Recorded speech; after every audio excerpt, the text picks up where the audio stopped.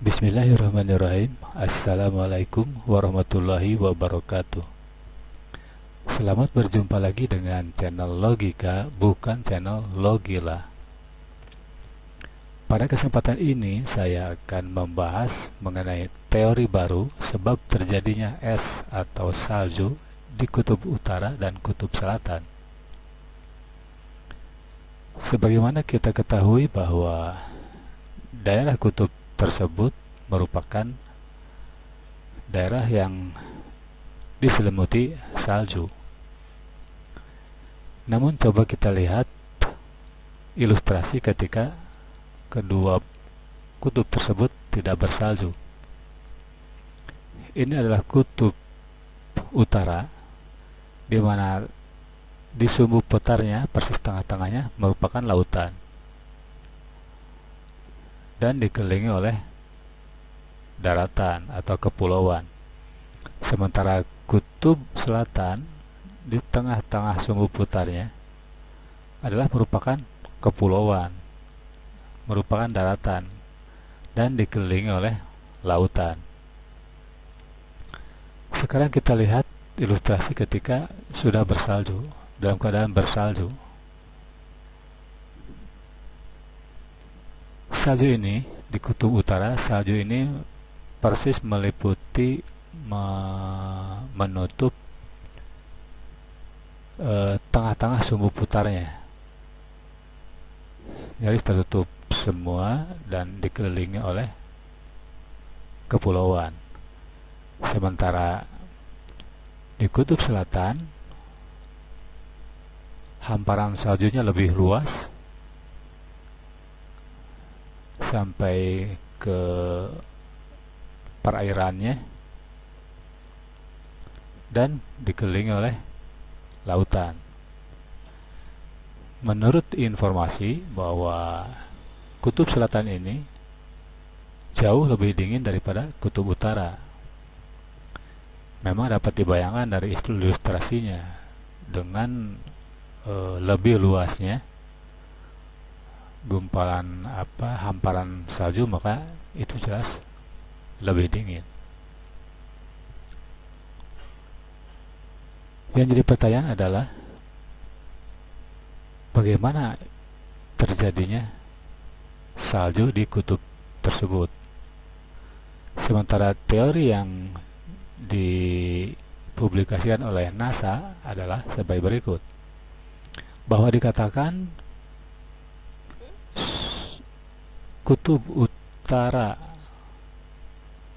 dan kutub selatan itu menjadi dingin dan beku karena mereka tidak mendapatkan secara langsung sinar matahari. Itu intinya, sehingga karena tidak ada matahari, dingin dan beku. Tapi apakah teori itu benar? Saya coba uji bandingkan dengan fakta-fakta alam yang lainnya. Misalnya ini adalah puncak gunung Jayawijaya di Papua. Dari gambarnya kelihatan bahwa sinar matahari begitu terang, tapi ada salju. Jadi tidak beralasan kalau di kutub tidak ada matahari kemudian jadi salju.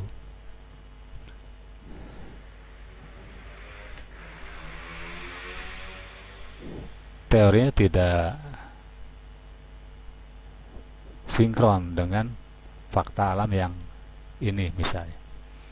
Kemudian berikutnya kita lihat fakta alam yang lainnya, bahwa kita sering mengalami fenomena hujan es.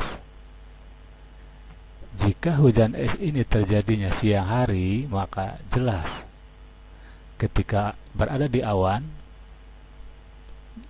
si awan itu jelas tersinari matahari, tapi jadi juga es. Ini bantahan juga. Kemudian kita lihat fakta berikutnya.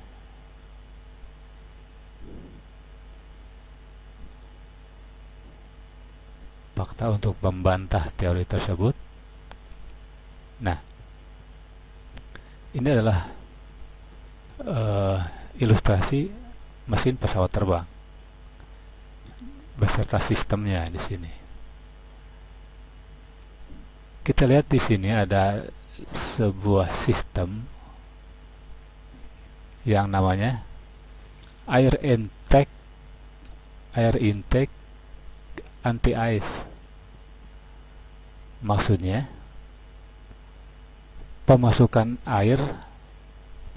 udara atau anti-es untuk pemasukan udara. Artinya di sini begini. Di sini adalah udara masuk yang dihisap oleh kompresor. Di sini diperlukan sistem anti-es karena ini berarti karena di sini selalu timbul gumpalan es. Gumpalan es bagi engine pesawat atau bagi mesin pesawat ini sesuatu yang membahayakan dari sebuah mesin karena di dalamnya ada sudu-sudu yang tipis. Ketika ada benturan maka dia rusak begitu. Sehingga gumpalan ini harus diantisipasi dengan memakai udara panas yang diambil dari udara bertekanan, dialirkan ke air intake ini sehingga dia menjadi panas, hangat, sehingga tidak terjadi gumpalan es. Nah, dari ketiga fakta itu jelas-jelas bahwa terjadinya es bukan karena tidak tersinari matahari, tetapi saya mendapatkan bahwa di ketiga fakta ini ada kesamaan kondisi, yaitu terjadinya uap air atau butiran air yang bergesekan dengan udara yang mengalir berkecepatan tinggi, aliran udara yang berkecepatan tinggi. Misalkan di sini, ini udara yang deras sekali masuk karena dihisap oleh kompresor yang berputar dengan kecepatan tinggi, sehingga udara di sini mengalir deras masuk. Berarti ketika di sini ada embun, ada butiran air, dengan ada gesekan dari udara yang melewati ke sini, maka dia akan menjadi es. Kemudian di awan hujan misalnya, atau di pegunungan,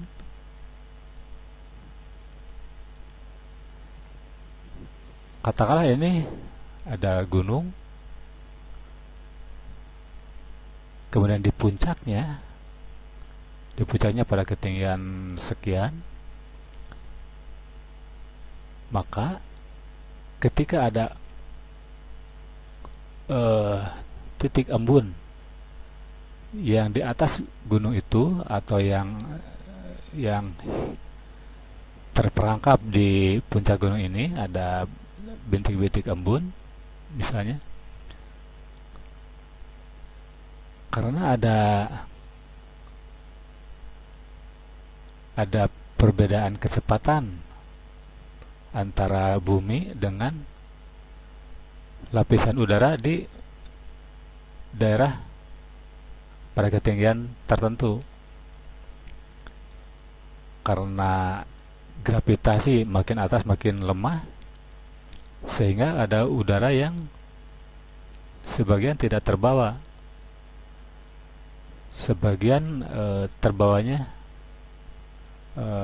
terlambat, ada keterlambatan putaran, sehingga berbeda putarannya antara pada ketinggian sekian dengan putaran bumi, ada tertinggal, sehingga itu akan menggesek. Jadi dengan tertinggalnya dengan putaran bumi, maka ini ada seolah-olah ada angin ke barat,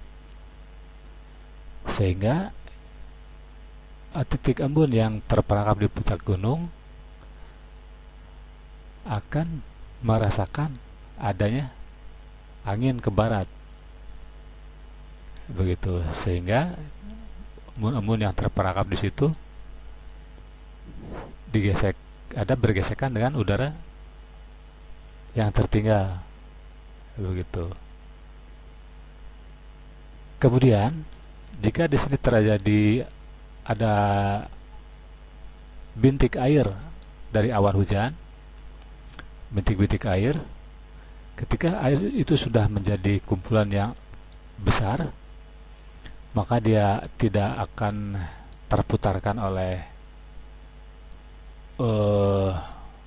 udara, tidak terikat oleh gravitasi yang dipegang oleh molekul-molekul udara, maka dia akan tergesek oleh perputaran udara yang mengikuti bumi, maka akan terjadi gesekan. Nah, sekarang bagaimana ceritanya dengan di kutub? Untuk menerangkan itu, saya membuat sebuah percobaan.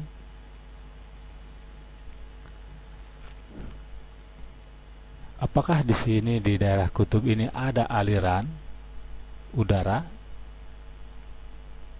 atau ada aliran air? Pokoknya apakah di sini ada aliran fluida atau tidak? Efek dari berputarnya bumi ini.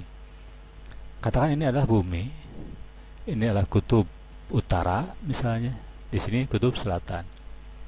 Nah, di sini saya tempelkan ke permukaan air. Kemudian kita putar, maka yang terjadi adalah, nah, air yang dari bawah itu bisa naik sampai di garis tengah, atau kalau di bumi ini garis khatulistiwa. Air dari bawah ini naik sampai ke daerah khatulistiwa kalau di bumi. Ini air. Sekarang kita lihat dengan udara. Ini udara, ini bola diputar dan sumbunya ini, pusat sumbu putarnya, sumbu putar. Ini selatan, ini utara misalnya. Nah, ini kelihatan ketika ini diputar, ini terhisap. Sekali lagi kita lihat, diputar, nah terhisap. Sekali lagi, nah terhisap. Konsisten seperti itu.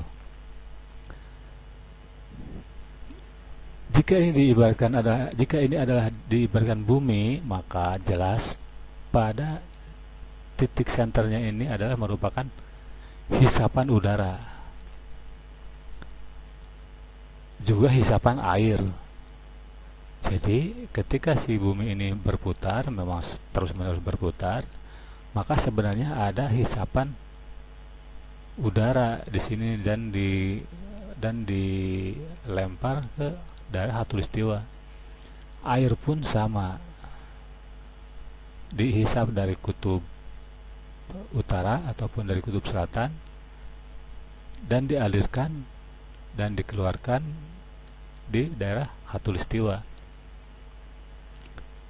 Dengan demikian, maka dapat disimpulkan bahwa di kutub utara ataupun kutub selatan pun sama, ada aliran udara berkecepatan tinggi. Ini mesti putaran kecepatan ini mesti tinggi sebab putaran bumi ini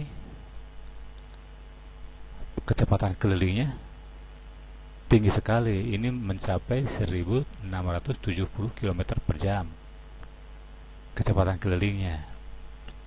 Berapa kecepatan hisapan udara ataupun hisapan air yang dialirkan ke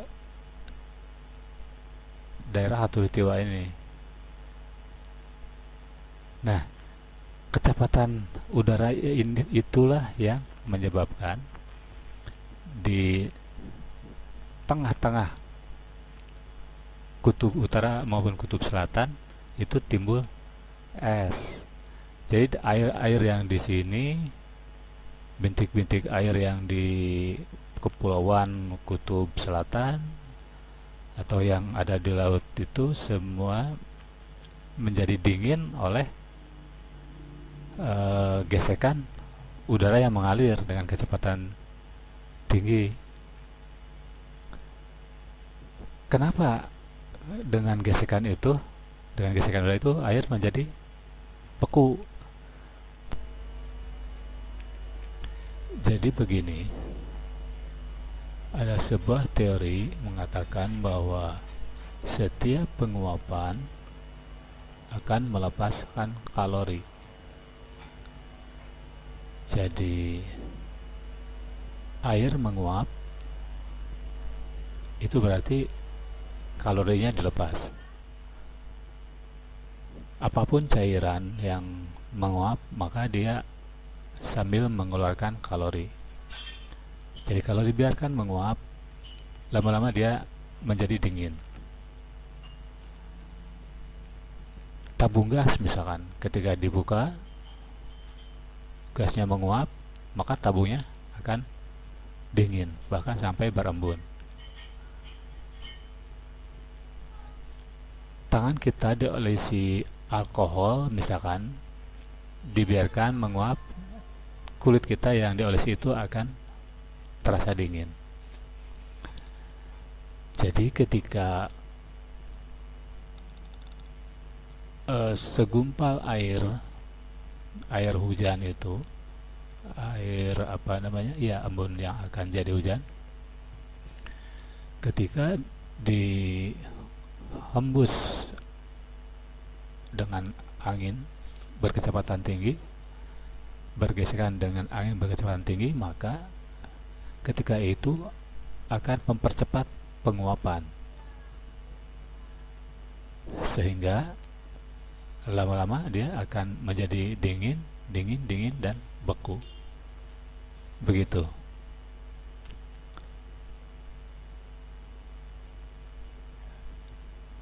Jadi di kutub itu terjadi es adalah karena ada udara berkecepatan. Udara bergerak berkecepatan tinggi sehingga mempercepat penguapan. Maka akhirnya kalorinya dibuang, akhirnya menjadi dingin. Begitu. Mungkin begitu kesimpulannya. Semoga menjadi ilmu yang bermanfaat dan merupakan ilmu baru tentunya. Sekian. Assalamualaikum warahmatullahi wabarakatuh.